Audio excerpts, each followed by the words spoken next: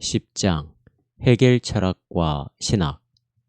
우리는 앞에서 칸트의 도덕 철학이 기독교 신학과 신앙운동에 끼친 영향에 대해서 생각했다. 여기서 그 문제를 잠시 정리하고 넘어가자. 첫째는 칸트 철학을 초자연적으로 적용하려는 슈트로의 시도였다. 슈트로는 이성은 초감각적인 대상에 대해서는 이론적으로 아무것도 확정할 수 없다는 칸트의 명제로부터 자신의 입장을 견지해 나갔다. 결국 슈토로의 주장은 계몽주의의 합리주의적 형이상학으로부터 기독교 신앙을 벗어나게 하자는 것이었다. 둘째는 톨룩에 의해서 시도된 각성운동이다. 이 각성신학은 죄를 지은 인간이 속죄에 의존해 있다는 사실을 종교개혁적인 방향에서 분명하게 주장했다. 여기서의 핵심은 칸트의 도덕철학에 근거해서 도덕 경험을 계시의 중거로 다룬다는 것이다. 이런 도덕 경험은 죄책 경험이 가져오는 분열을 해결할 수 있다는 점에서 진리라는 말이다. 셋째는 예수의 하나님 나라 선포에 대한 윤리적 해석이 그것이다. 이런 주장은 19세기 개신교 신학에 결정적인 영향을 끼쳤는데 그 중에서 리칠이 대표적이다. 이렇게 칸트에게서 영향을 받은 세 가지 개신교 신학 운동은 기독교 신앙을 19세기 합리주의의 위기 가운데서 개인의 도덕성으로 견인해 나갔다. 결국 기독교 신앙은 개인들이 주관적인 실존 안에서 윤리적으로 바르게 살아가면 충분하다는 의미로 받아들여진 셈이다. 판넨베르크의 설명에 의하면 하나님에 대한 신앙을 도덕 철학적으로 설명한 칸트의 시도가 이미 1800년대에 철학적으로 진보해졌는데도 불구하고 칸트 철학이 19세기와 20세기 초까지 개신교 신학에 그토록 심각한 영향력을 지속적으로 끼쳤다는 사실은 의외이며 그 결과로 개신교 신학이 개인의 도덕성 안으로 축소되었다고 한다. 칸트와는 다른 관점에서 기독교 신학에 영향을 끼친 철학자가 곧 헤겔이다. 초기의 헤겔은 부분적으로 칸트의 종교 문헌에 기대어 종교를 도덕성 강화의 수단으로 생각했지만 1796년 이후 기독교를 도덕적으로 해석하는 칸트와 피테의 시도를 비판하게 되었다. 칸트에게는 종교가 단지 윤리적 요청에 대한 대답으로 주어지지만 칸트에게는 종교가 단지 윤리적 요청에 대한 대답으로 주어지지만 헤겔에게는 유한한 생명으로부터 무한한 생명에 이르기까지 고양되는 것이다. 즉 헤겔에게서 종교 문제는 개인의 도덕성 차원에서 절대 정신의 차원으로 지향된 것이다. 이제 헤겔의 이러한 종교 개념에 들어가기 전에 우선 19세기 어간에 꽃을 피웠던 관념론을 개괄적으로 검토하겠다. 헤겔 철학이 기본적으로 관념론을 대표하기 때문이다. 관념론. 유럽 철학은 18세기 말부터 19세기 초에 관념론의 시대로 접어든 이후 두 세대 동안 독일 관념론의 꽃을 피웠다. 이 관념론은 한 시대를 풍미한 유행 철학으로 끝나는 게 아니라 지난 수천 년간 전개되었던 모든 철학 논쟁의 토대를 이루고 있을 뿐만 아니라 그 뒤로도 계속해서 현대 철학과 사유에 영향을 끼쳤다. 이 관념론 논쟁은 이 세계를 규정하는 어떤 관념이 있는가 아니면 이 세상은 오직 물질뿐인가 하는 것이다. 이 관념론 시대에 주로 활동하던 철학자들은 피테, 셸링, 슐라이러마허, 헤겔인데 이 중에서 관념론 철학을 집대성한 인물은 헤겔이라고 보아야 할 것이다. 이데알리지무스의 이데아는 플라톤 철학을 연상시킨다. 2500년에 이르는 유럽 철학의 역사에 등장한 수많은 생각과 주장은 근본적으로 플라톤의 이데아에 대한 해석이라고 해도 과언은 아니다. 우리가 플라톤의 이데아를 거칠게 표현한다면 이 세상의 모든 사물과 실질들을 규정하는 어떤 권원적 세계가 실제로 존재한다는 의미다. 이게 무슨 말인가? 우리 앞에 가장 확실하게 놓여 있는 것은 분명히 어떤 관념이 아니라 물질과 현상이다. 나무, 돌, 불, 그리고 계절의 변화, 사랑, 분노 같은 것들이다. 이런 사물과 현상을 단지 그렇게 늘 있는 것으로만 생각한다면 더 이상 철학적인 사유는 우리에게 필요하지 않지만 그 사태를 조금이라도 세밀하게 인식하려는 사람이라고 한다면 많은 궁금증을 갖지 않을 수 없다. 우선 우리의 감각적 인식에 들어오는 이 모든 사물과 현상은 계속해서 변한다는 사실 앞에서 우리는 당황할 수밖에 없다. 계절이 바뀌고 우리가 늙어 죽는다. 헬라인들이 확인할 수 없었지만 우리에게 신압으로 그 비밀을 벗어내고 있는 우주 세계도 역시 계속해서 시작과 사멸의 길을 걷고 있다. 이 세상에 영원한 것이 없다는 이 엄연한 사실 앞에서 플라톤은 영원한 그 무엇이 어디에 초월적으로 존재한다고 유추된다. 이 세상의 모든 무상한 것들을 출현시키고 유지시키며 다시 거두어 들이는 그런 절대적이고 영원한 세계가 곧 이데아이다. 이것은 일종의 실체론적 형이상학이라고 말할 수 있는 사유방식이다. 이런 점에서 어거스틴이 플라톤의 이데아 개념과 플로티누스의 일자 개념에 근거해서 기독교의 신론을 전개한 것은 타당하다. 최문홍은 세계철학 대사전의 관념론 항목에서 이렇게 설명하고 있다. 이데아를 참된 실제라고 하면서 만물이 변천해가는 현상계와 영원불멸하는 이데아계의 두 세계를 설명한 플라톤과 또 모든 사물이 생성, 유전하는 것은 만물의 근본인 일자에 있다고 설명한 플로티노스도 철학사의 자리에서 고대 유심론의 대표자들인데 이러한 경향을 오늘날에 와서는 형이상학적 관념론이라고도 한다. 교육출판공사 79-80면. 플라톤의 이데아 개념에 반해서 데모크리투스는 만물을 원자의 기계적 작용이라고 보았으며 에피쿠로스도 데모크리투스의 주장을 약간 변경하기는 했지만 기본적으로 만물의 권원이 물질이라는 주장에서는 궤를 같이 한다. 결국 이들에 의해서 관념론과 대칭되는 유물론의 토대가 마련된 셈이다. 또한 만물의 권원을 불이라고 주장한 헤라클레이토스 같은 이들은 플라톤의 이데아나 데모크리투스의 원소에 담겨있는 실체론과 전혀 다른 맥락의 사유를 전개했다. 즉 만물의 권원은 어떤 고정된 실체가 아니라 운동과 변화라는 것이다. 어떻게 보면 헤라클레이토스의 과정 철학적인 주장이 플라톤의 이데아 개념과 연결될 수 있는 것 같지만 이 양자는 전혀 다른 틀에 놓여 있다.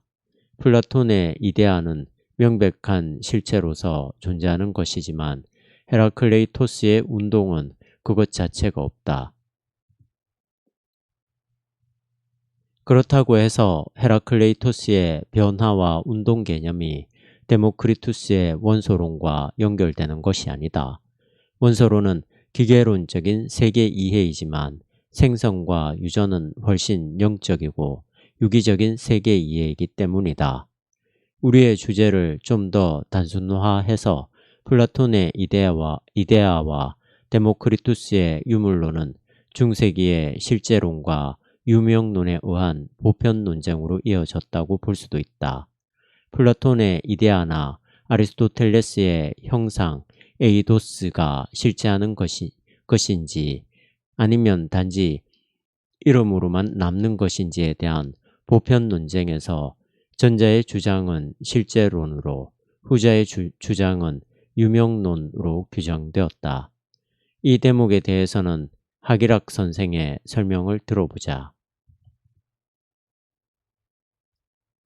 이 논쟁은 보편자, 이를테면 플라톤의 이데아나 아리스토텔레스의 형상과 같은 개념적 본질의 존재론적 위치에 관한 것이다.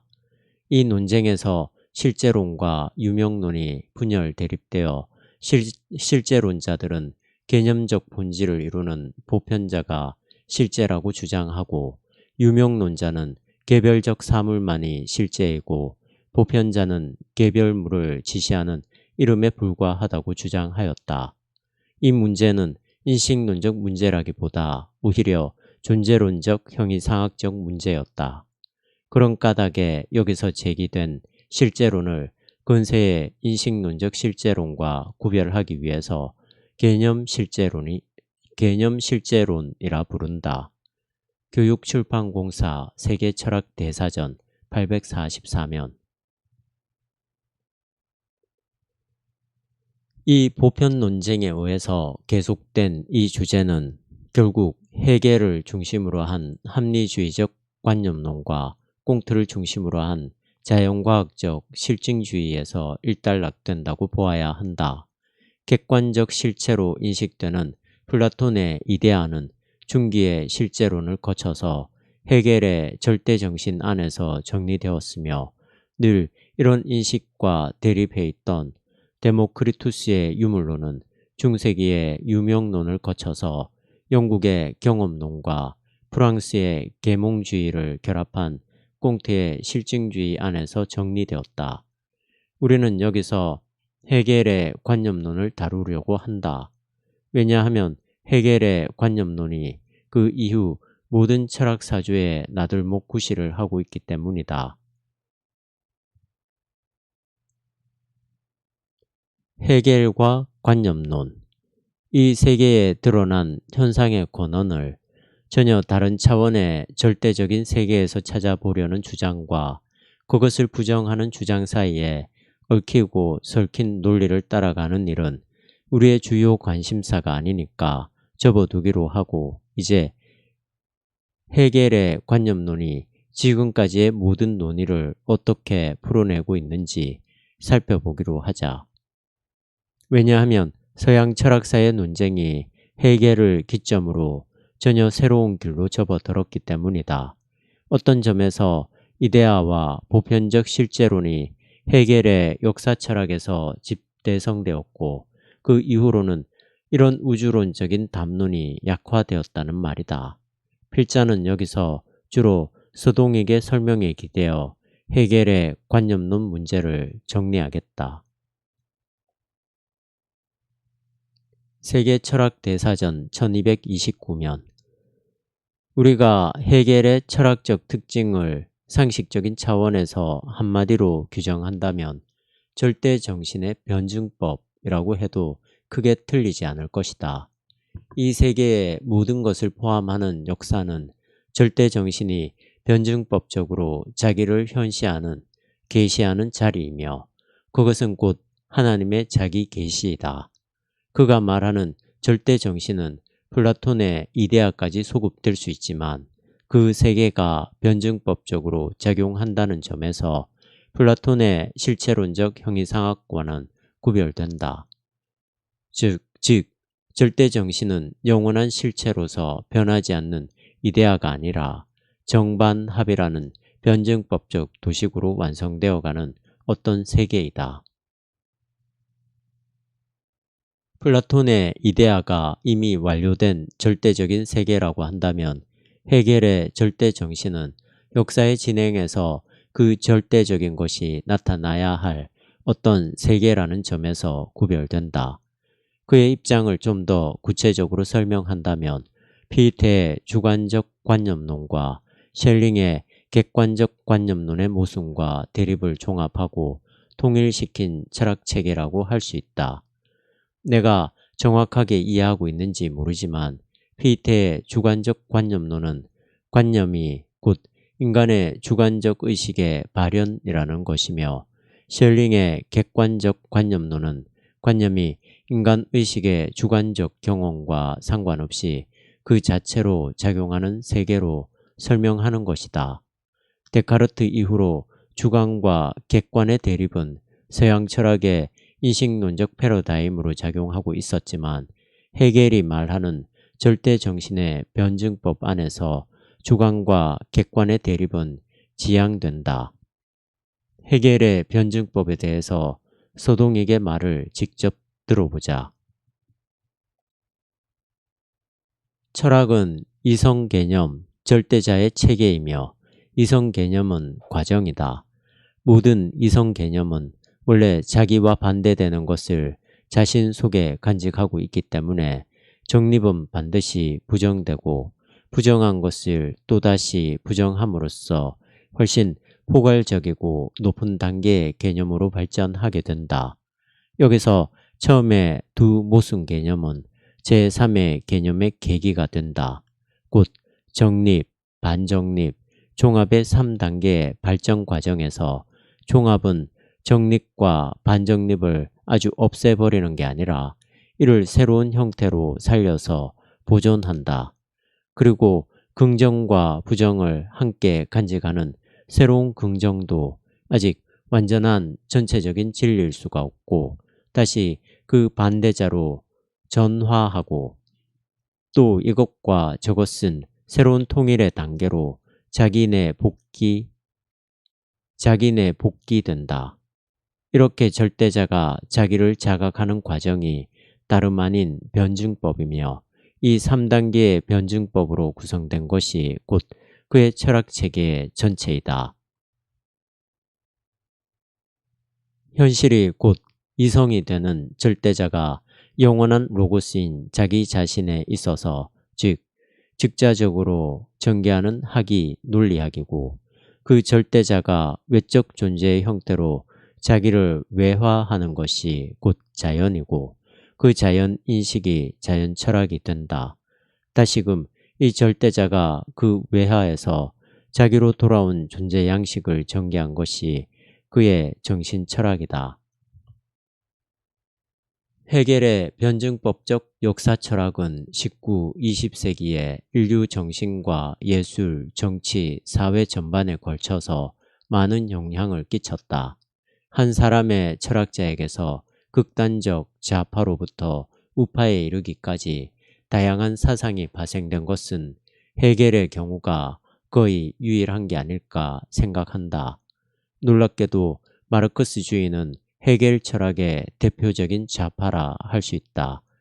헤겔 철학이 그 후계자들에 의해서 극좌에서 극우에 이르는 스펙트럼을 견지할 수 있었던 이유는 그의 변증법적 역사관이 여러 해석의 가능성을 내포하고 있었다는 사실에 놓여 있다.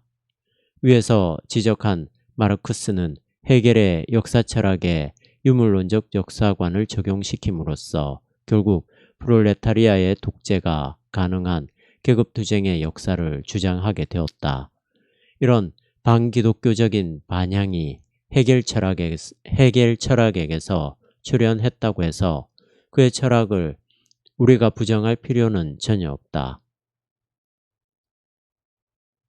오히려 헤겔은 절대정신의 변증법적 발전을 통해서 사랑이 완전하게 발현되는 하나님의 나라를 역사의 목표로 삼았다는 점에서 기독교의 입장에서는 그에게 빚진 바가 적지 않다.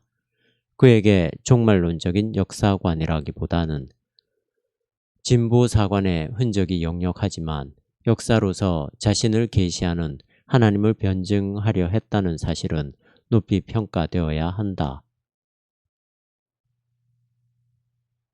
정신현상학. 헤겔의 가장 대표적인 작품인 정신현상학은 그가 예나에 머물던 1807년에 출판되었는데, 이 책의 원래 표제는 Wissenschaft von der Erfindung des Bewusstseins 라고 한다. 이 책은 대상에 대한 경험이 스스로 의식을 만들어낸다는 사실을 다루고 있다. 판넨베르크의 설명을 직접 들어보자. 이러한 경험은 의식의 실제적인 내용이 제각각 참된 것으로 이해되어야만 하는 것과 늘 동일한 게 아니라는 사실에서 발생한다. 그러나 이 의식은 자기 의식으로서 자기의 진리 요청이라는 점에서 볼 때 자신과 조화되어야만 한다. 따라서 의도된 진리와 실제적인 내용의 단일성에 대한 이해는 자기 자신에 대한 반성에서 시도되어야 한다. 이를 통해서 자명성의 새로운 단계에 도달하게 된다. 물론 이 새로운 단계에는 의식의 진리 지향성과 새로운 형태에서 이루어지는 실제적인 내용 사이의 대립이 다시 등장한다. 그래서 결과적으로 의식의 경험이 하나의 길을 찾게 된다. 이 의식의 결과는 결국 철학적으로 형성된 의식이거나 혹은 헤겔이 말한 바와 같이 절대 지식이다. 이런 표현은 흔히 오해되었다. 그는 개체에서는 아무것도 배울 게 없을 수도 있다는 점을 말하려는 게 아니라 오히려 철학적 의식의 형식을 자신에게서 완성되는 반성적 의식의 형식으로 특징화하려는 것뿐이었다. 이런 의식의 진리 지향은 그가 주장하는 내용과 조화를 이룬다. 310면 정신현상학은 감각적으로 경험할 수 있는 대상적 세계를 지향하는 일상의식인 자연적 의식을 진리로 간주하는 것에서부터 시작한다. 이런 자연적 의식의 토대는 그 대상에 대한 감각적 확실성에 있다. 이는 바로 경험주의의 논리이기도 하다. 그는 이런 감각적 경험과 경험주의의 의미를 기본적으로 생각했지만 그런 상태에 머물러 있지는 않았다. 그는 자연적 의식에는 자기 자신의 내부와 대립적인 요소가 놓여 있다는 사실을 지적했다. 따라서 그런 의식을 뛰어넘어 진리를 다시 배워야만 한다. 이는 곧 의식이 늘 진리를 요구한다는 사실과 맞물려 있다. 의식은 그 내용이나 대상이 진리일 경우에 그 의식과 그 내용이 조화되고 있는지 아닌지 질문할 수 있다. 따라서 의식은 자신을 뛰어넘어 그리고 자기 자신의 생각이나 그 내용의 진리에 대한 생각을 뛰어넘어 추구된다. 이 경우에 진리에 대한 요청은 절대가 유한한 의식 안에 현재하는 것으로 증명되는데 이것은 내용의 유한성을 뛰어넘어 고양됨으로써 가능하다. 311면 감각적인 소여가 비록 유한하지만 그 유한에 절대가 들어있기 때문에 우리는 소여의 유한을 뛰어넘어 고양됨으로써 참된 의식에 도달할 수 있다는 말이다. 이런 점에서 의식은 실제로 보편적인 것과 소요된 것들과의 연관이다. 즉, 보편적인 규정을 감각적 소요에서 이해하는 것이다. 지각은 이런 복합적인 사태를 특징적으로 보여준다. 사물에 대한 그런 속성과 상태에 대한 지각은 감각적 의식의 참된 형태이다. 312면 그런데 헤겔에 따르면 인간을 참된 자의식에 이름으로써 자유롭게 할 수 있는 인간의 역사적 세계가 훼손되었기 때문에 세계의 진리는 절대를 인식하는 영역에서만, 즉 종교, 예술, 철학을 통해서만 발생한다. 이 절대는 그리스인들의 예술 종교에서, 다음으로는 계시 종교에서, 그리고 기독교에서 표현된다. 계시 종교의 철학적 해석에서 의식이 자기 자신과 일치될 수 있다. 자신의 진리로 여기는 것과 실제적인 것 사이에서 이루어지는 의식의 대립은 철학의 절대지 안에서 지향되었다. 매우 복잡하게 전개되는 헤겔의 정신현상학은 결국 계시 종교의 철학적 해석에서 의식이 자기 자신과 일치된다는 결론에 도달된다. 이 전반적인 맥락에 대한 판넨베르크의 진술을 인용해서 보자. 정신현상학은 의식이 어떻게 자신에 대한 반성을 통해서 자신을 뛰어넘는 진리의식에 도달했는지를 설명한다. 반성운동의 매 단계마다 의식이 자신의 진리로 여기는 것을 실제로 그 내용과 비교함으로써 말이다. 이 양측이 연결됨으로써 결과적으로 의식의 자기 경험에서 매 경우마다 새로운 단계가 발생한다. 따라서 감각적 소유 안에 자신의 진리가 담겨 있다고 여기는 대상적인 의식으로부터 단계적으로 절대 진리의 종교적이고 철학적인 의식에 이르기까지 고양된다. 이 경우에 이런 고양의 길은 동시에 총체성 의식을 경험하는 기구이다. 즉, 이러한 전체 과정이 결과로서만 그리고 이런 기구가 의식 경험의 전체에 관심을 기울이는 한에서 종교와 철학은 절대지에 대한 의식으로서 의미가 있다. 헤겔의 정신현상학이 끌어나가고 있는 기본적인 것은 단지 주관적으로만 타당하다고 인정되는 그 어떤 명제도 진리로 주장될 수 없다는 점이라 하겠다. 더 나아가서 유한한 주관이 절대성으로 확대되는 것은 인간의 자유가 실현되는 것과는 거리가 멀다고 그는 주장했다. 오히려 주관의 절대성으로 인해서 자유가 파손된다. 참된 자유는 하나님 의식에 직접 기인하는 것이며 또한 자신의 유한성을 절대화하지 않고 하나님과의 연결을 의식하는 데서 발생한다. 헤겔 철학의 신학적 의미. 헤겔은 칸트에게서 많은 영향을 받은 현대신학이 계몽주의의 오성 비판에 의해서 결국 감정의 주관성, 각성신학 또는 도덕주의로 물러섰다고 보았다. 결과적으로 기독교의 도그마가 그 의미를 상실하게 된 것이다. 이런 상황에서 헤겔은 기독교의 기본적인 교리가 철학에 의해서 유지되고 보증된다는 점을 강조하려고 했다. 그 당시 대부분의 신학자들은 앞에서 칸트를 다룰 때 언급했던 것처럼 경건주의적 감정신학이나 윤리신학에 머문 채 고대교회의 교의학을 철학적 기반에서 개념적으로 관철시키고 정당화하는 작업을 포기하고 있었다. 헤겔이 그 당시 관념주의 철학에 따라붙던 범신론주의자라는 비판을 받기는 했지만 판넨베르크에 의하면 그런 비판은 헤겔을 오해했기 때문에 벌어진 일이라고 한다. 내재적이며 삼위일체론적인 하나님의 생명과 다른 한편으로 세계의 창조와 화해 안에 깃든 하나님의 계시 사이의 차이를 헤겔이 분명하게 인식하고 있었다는 말이다.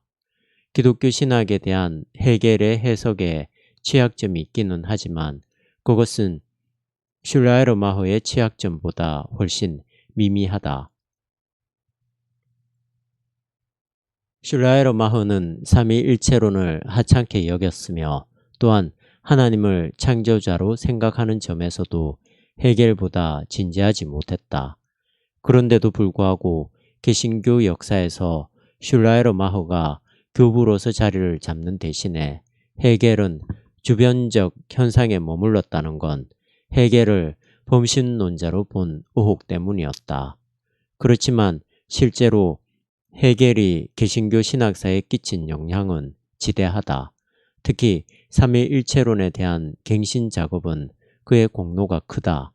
이런 여파가 19세기 중엽 슐라이르마허 학파에게도 미쳤으며 그 이후로 개신교 신학에서 삼위일체론이 논의의 중심이 되었다.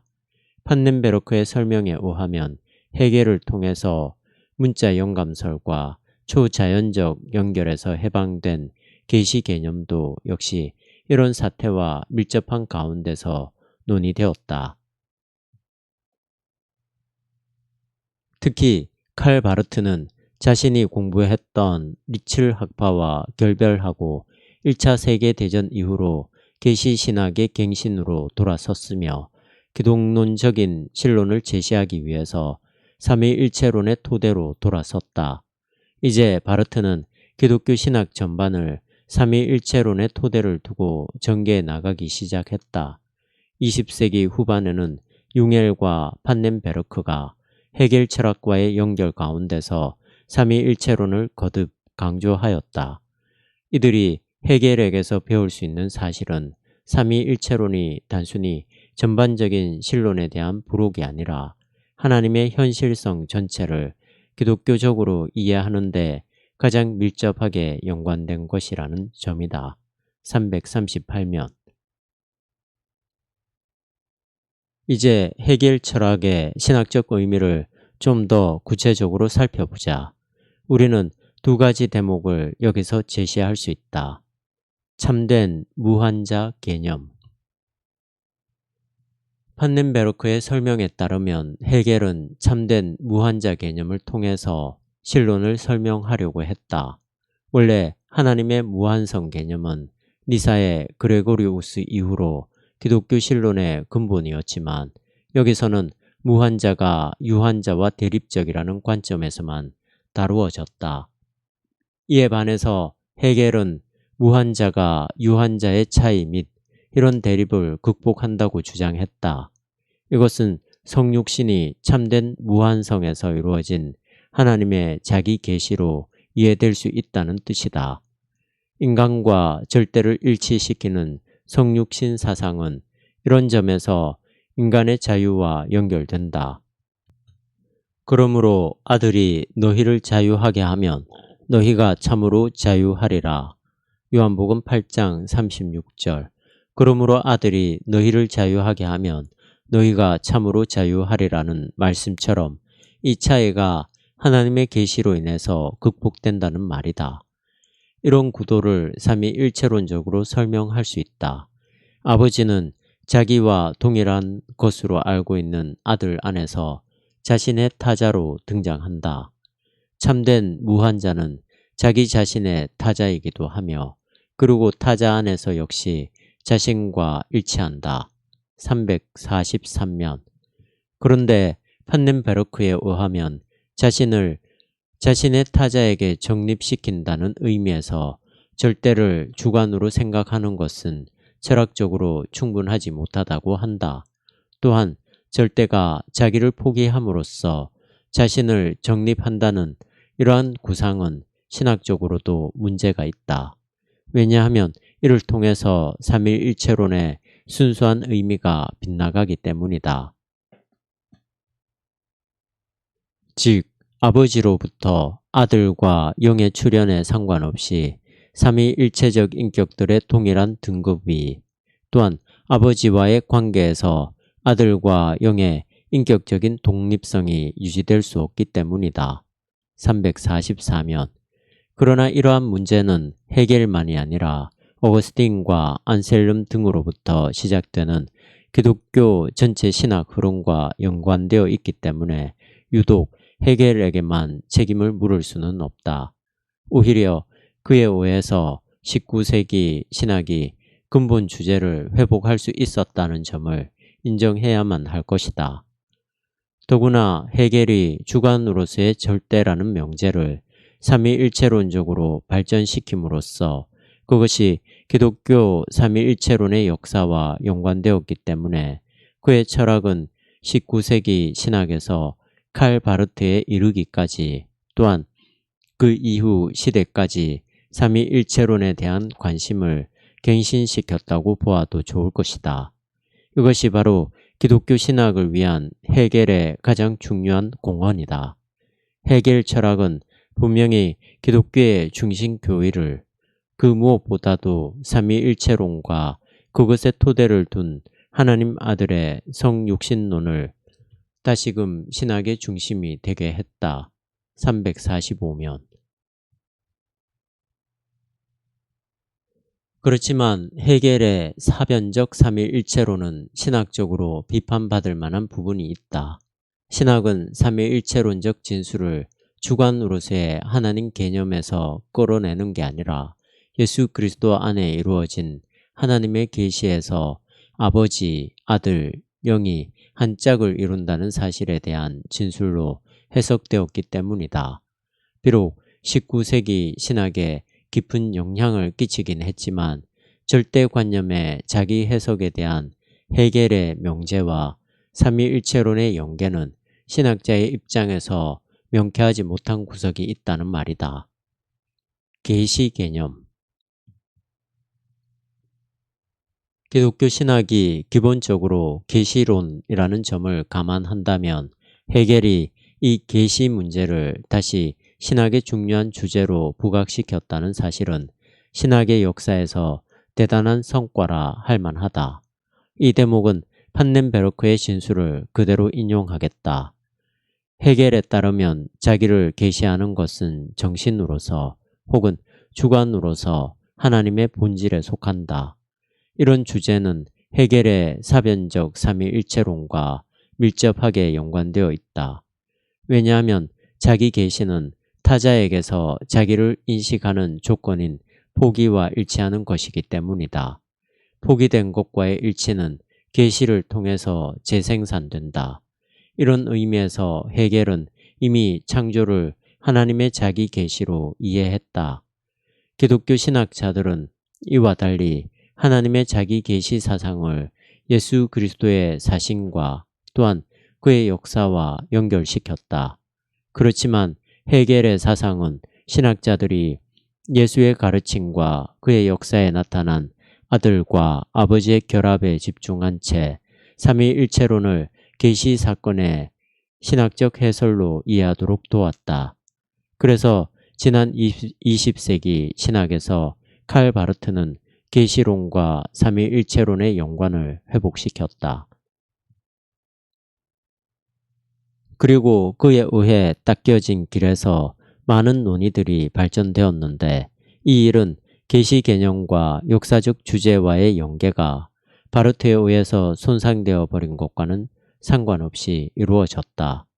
일정한 부분의 비판이 있었지만 신학에서는 하나님의 계시는 곧 자기 계시라는 사상에 대한 논의가 하나님과 삼위일체론을 중심으로 전개되었다. 계시 개념은 근원적으로 셸링에 의해서 계시를 기적적인 역사적 사실의 활동이나 성서 영감론으로 이해하는 것에 대안으로 그 토대가 잡혔는데 이런 계시 개념은 신학에서 헤겔에 의해서 아들이 아버지에 대해서 갖는 관계와 기독론적으로 연계됨으로써 관철되었다. 346면. 판넨베르크는 헤겔 부분을 정리하면서 기독교 신학이 헤겔에게 감사해야 할 내용을 몇 가지로 제시했다. 1. 하나님을 실제적인 무한자로 생각할 수 있게 된 것. 2. 무한자 개념과 연관된 삼위일체론. 3. 기독교 성육신 신앙의 갱신. 4. 세계를 하나님의 자기 계시로 이해하는 것. 5. 이 계시를 삼위일체론과 연관시켜서 생각하게 된 것.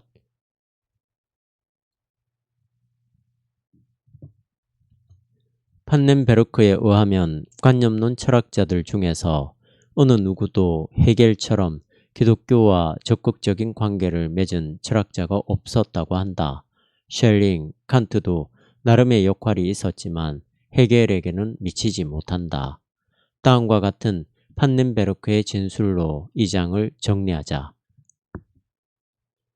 헤겔은 분명히 이런 점에서 칸트보다는 훨씬 기독교 정신에 근접해 있었다고 보아야 한다. 칸트는 기독교의 중심 교리에 대해서 헤겔보다는 훨씬 상가는 입장을 보였다. 그렇지만 사변적 신학자들의 세력이, 즉 신학자들 중에서 헤겔의 학설을 따르는 자들이 이렇게 제한적이라는 사실은 소위 헤겔의 범신론에 대한 선입관을 제외한다면 다만 한 가지 근거만 갖고 있을 뿐이다. 즉 모든 것을 포괄하는 논리적 필연성에 대한 헤겔의 주장을 의심한다는 사실이 그것이다. 이 필연성은 창조만이 아니라 인간의 타락과 사죄를 신적인 관념의 전개에서 필연적일 수밖에 없다는 동기로 제기될 필요가 있는 것이었다. 헤겔이 이런 필연성 자체를 자유라고 생각해 보려고 했음에도 불구하고 신학의 입장에서는 이런 헤겔의 시도가 세계를 창조하는 하나님의 자유를 손상시켰다고 보았다. 기독교 신학에서 피조물의 현존은 단지 절대관념의 발전에서 스쳐 지나가는 나루터만이 아니다. 단일 실체론을 성서의 창조신앙에 어울리게 하려는 스피노자의 난점들이 헤겔에게서는 부분적으로 해결되었다. 그러나 심층적으로는 극복되지 않았다. 왜냐하면 헤겔은 피조물의 독립적인 현존을 하나님의 결정적인, 즉 종말론적으로 최종적인 의지의 표현으로 생각할 수 없었기 때문이다. 347면